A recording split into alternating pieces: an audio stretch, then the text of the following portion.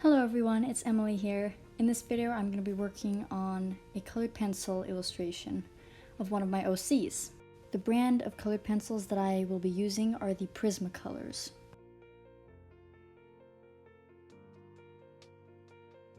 I will say I tried to record the sketching process on camera, but it wasn't going so well. It was pretty much constant erasing and I was just like fed up with that, so I sketched it off camera. The main colors that I'll be using for the skin are pretty basic: a yellow, a red, a dark brown, a black, and a white.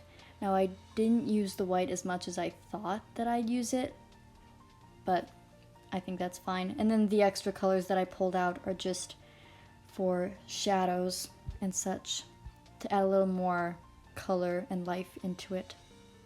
The method that I'll be using for the skin in this video is a method I learned from another YouTube artist, Kirsty Partridge Art, and I have some practiced skin swatches up on the top of the page here, and I think I'll be doing the one on the far right because I want her to have a little more of a peachy skin than a beige, and this was a birthday gift from my grandma. I really like it. The pages are folded in such a way to where it makes a paint palette. So I thought that was pretty cool. So here I am. I'm starting very lightly on her skin. I'm using yellow first, and I'm holding the end of the pencil. And also make sure your pencils are sharpened because you'll get a smoother finish that way. When I was younger, I used to think that it was practically impossible to get peach skin with colored pencils without having a peach colored pencil, and I hated to use orange, but sometimes I had to, and I still do sometimes, but not in the way I used to use it. When I discovered this method, I was like it was life-changing. No, but by mixing red and yellow lightly, layering them again and again over top of each other, you are creating a very nice skin tone that works well for light skin.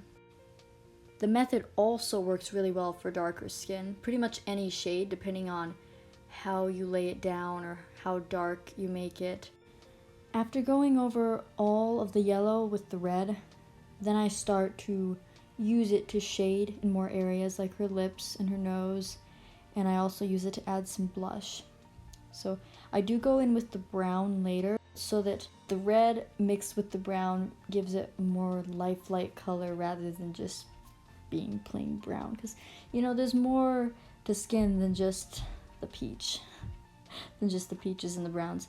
There's purple, there's like yellow, there's so many different colors in skin. And so that's why you see me in this video using a lot of different colors. But the main colors I used were just those three: the brown, the yellow, and the red. And of course, I don't exactly count black or white as being a color exactly. They're mostly just to deepen the shadows or highlight certain areas, not really to add color, which is why I also use the other colors with the black, so the black doesn't make the skin look too lifeless. I'm going over with the yellow again so that we can have all of our colors blended in nicely and we don't have one color taking over the skin color. I'm using the brown now to deepen some of the shadows and shape the proportions of the skin. In a little bit, I do go in with the black and define the darkest parts of the face, such as her eyes, mouth, and nose. Something that I forgot to mention before is that the sketchbook I'm using is the Strathmore Mixed Media Sketchbook.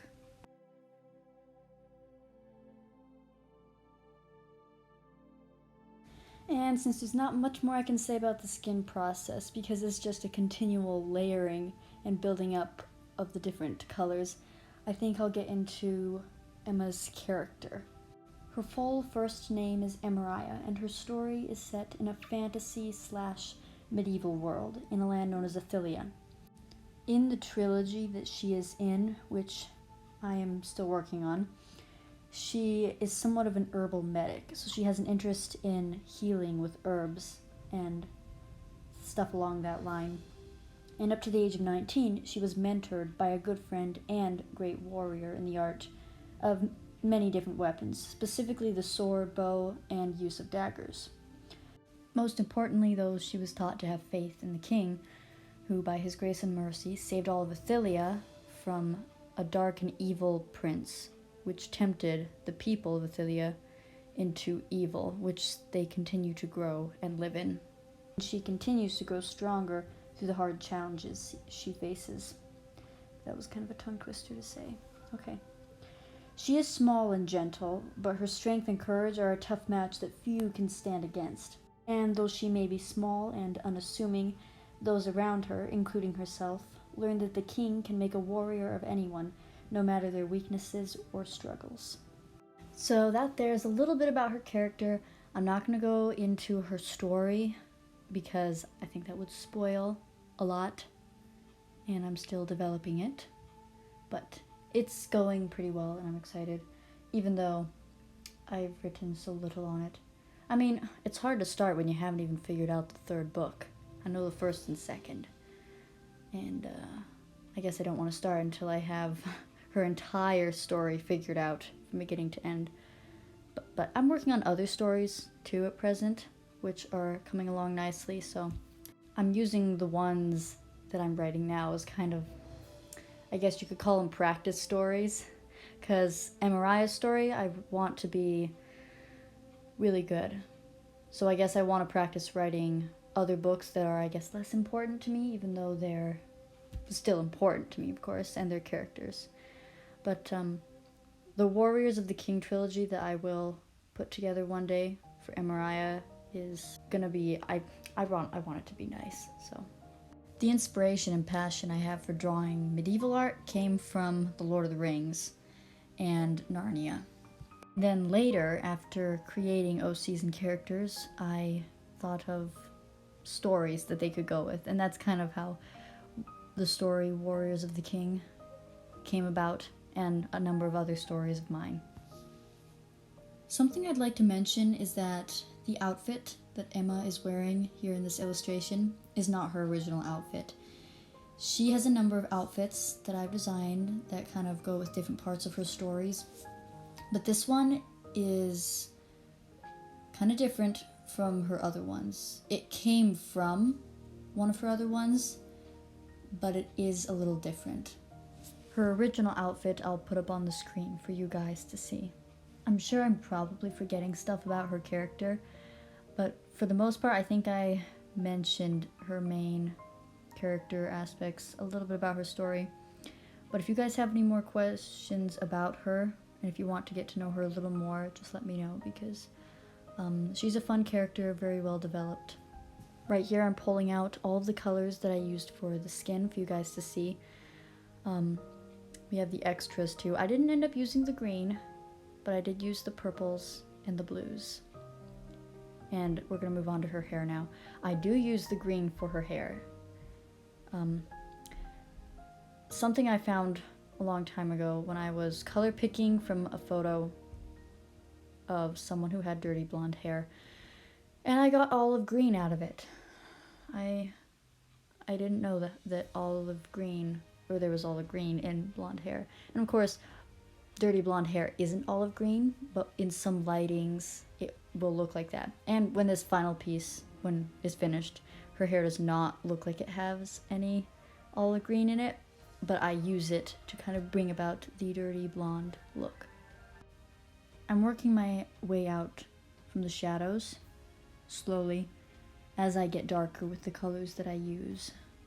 And then of course I'm going to go into the highlights with a more vibrant color like yellow. Using the black for the shadows brings out the contrast more and makes the highlights stand out a lot better.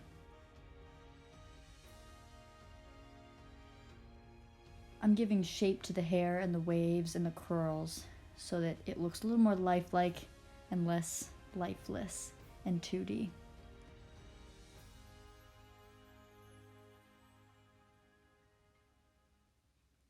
when I was finished with the black, it did look a little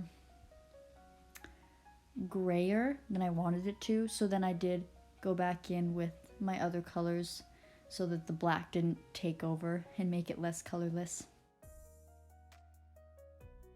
I'm using a yellow here to help bring out the blonde, the golden blonde in her hair.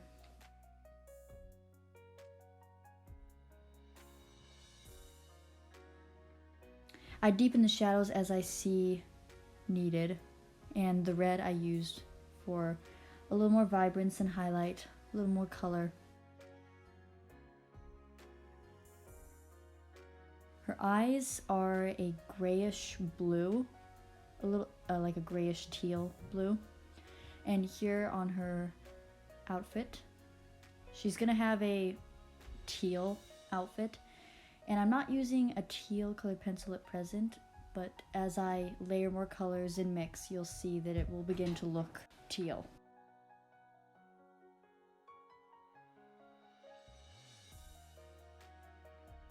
I'm starting out really lightly with the colored pencil, and I don't burnish till towards the end when I have all the layers mixed and blended together. Otherwise, you wouldn't be able to layer on top as easily. So burnishing is when you press hard with the pencil to where it fills in more areas in order to remove any graininess. The black that I'm laying down is to make the teal a darker teal in the end. Otherwise, if I were to just use the blues without any black, it would look like a lighter blue. And I wanted it to be a dark, almost grayish blue. Same color as her eyes, only her eyes are of lighter value.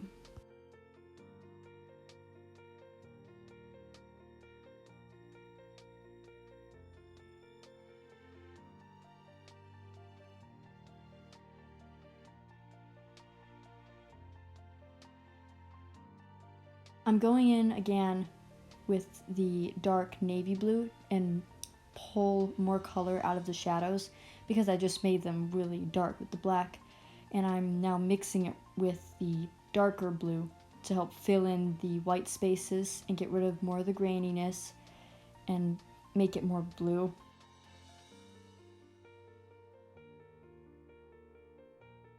Right here I'm using the teal, and it's a very light teal. In fact, I think it might be turquoise.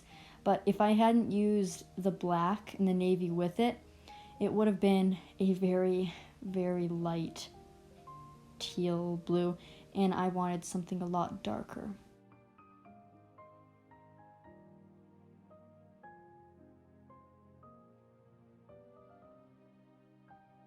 While I'm coloring, I'm also trying to preserve the highlights and any folds in the fabric. And I go in with some other colors later to highlight, like the purple I mix in toward the highlighted areas, and I use a little yellow also. For her belt and quiver, I just use some red, brown. I might use two different kinds of browns, and I use an orange and a yellow for some of the highlights and black for the darkest shadows.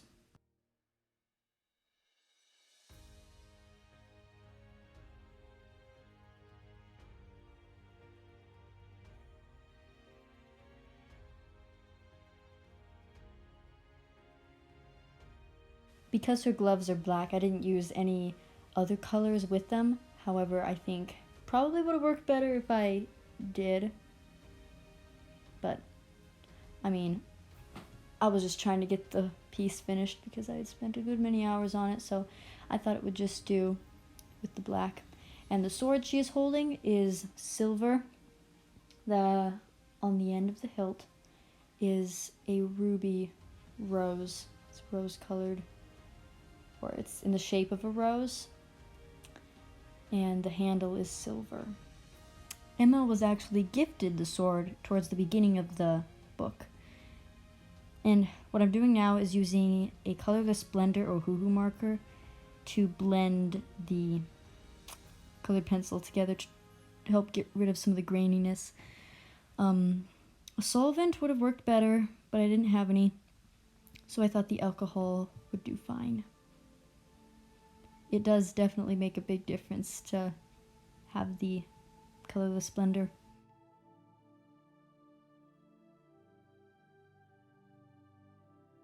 It's pretty much just editing right now, and I go over with the fine liners because I want to define certain areas a little more, specifically the eyes and the mouth, deepen some of the shadows, because I feel like the fine liners can get very, very dark.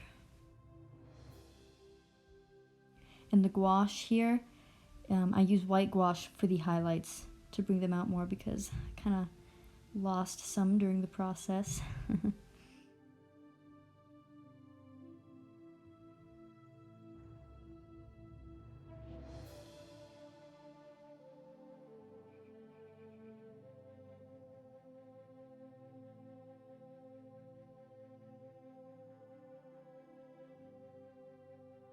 Yeah, all I'm really doing right now is finishing touches, and the finishing touches on a piece take forever for me. I will spend another extra hour just doing those. It's crazy. They take so long. And I'm erasing the paper because there are pencil marks from my hand leaning and brushing over it. These are the colors I used. Didn't use as many as I thought I would, but it was still lots of fun.